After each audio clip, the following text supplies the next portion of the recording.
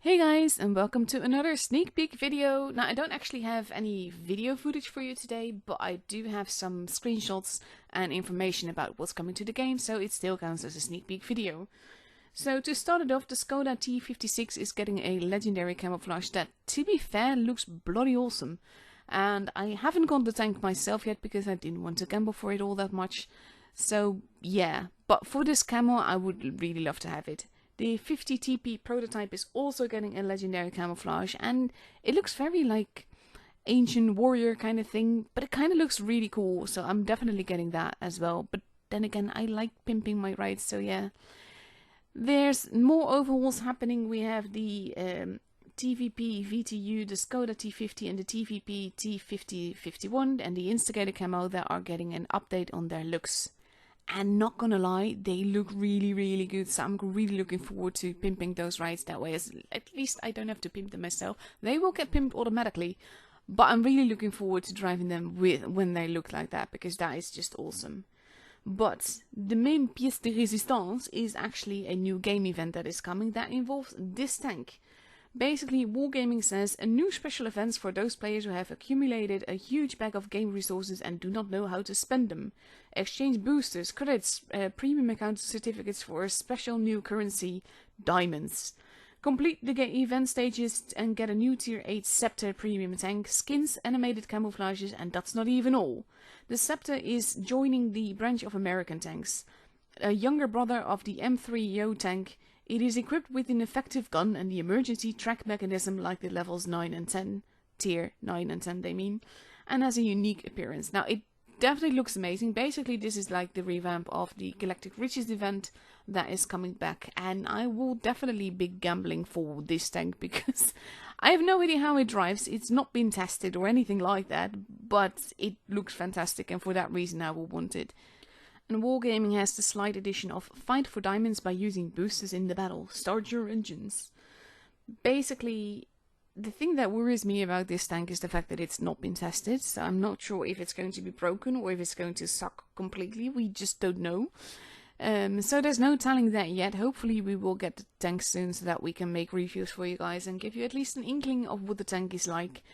But you can't deny that it does look really cool, so for that reason I am looking forward to it.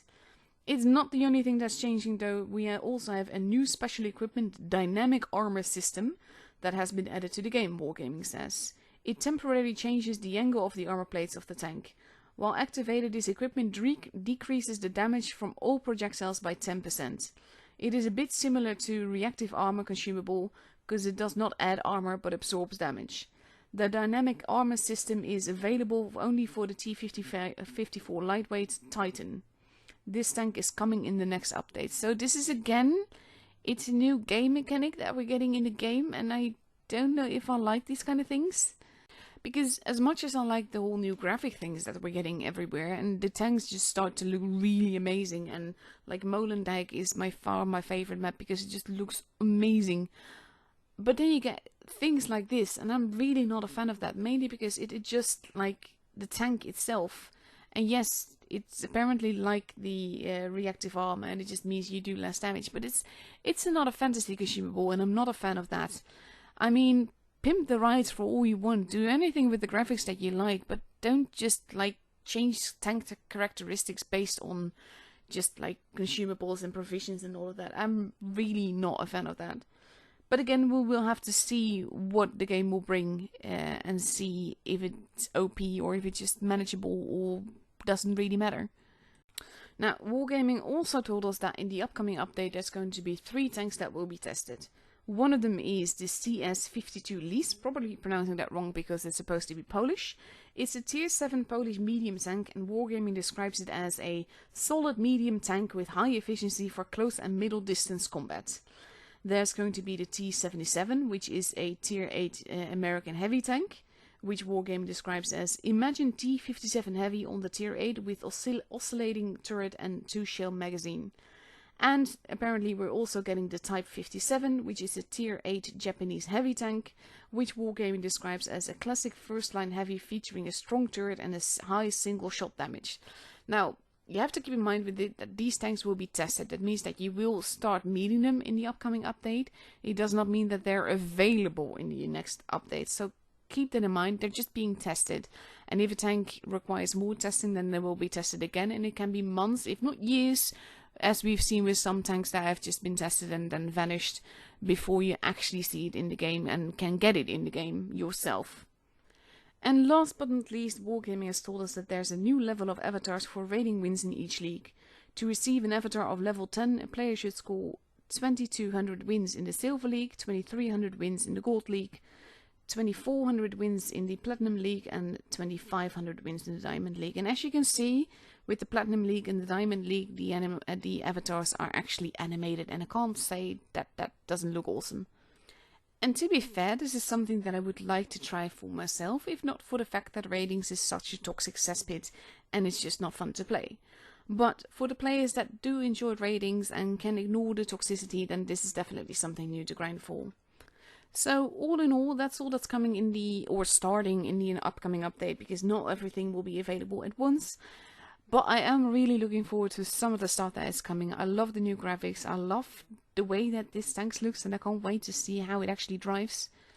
I will admit to actually being worried about the fact that this tank has not been tested, because, I don't know, we've had Annihilator Gate, we've got Smasher Gate, but I'm hoping that Wargaming has learned a lot from that, and that means that this tank will just be absolutely fine and will be balanced and not too strong, and like, if anything, it would be fine if Wargaming makes this too weak, because then they can at least buff it and we can see what it should be like then. It's a lot harder to bring out a tank that is just too strong and then having to nerf it. So, yeah, I am a bit worried, but hopefully Wargaming will do right by us in that way. That being said, though, with all the new graphics and the camos and all of that we're getting, I am kind of looking forward to this update. It is a shame that, like, Blitz Masters hasn't happened yet.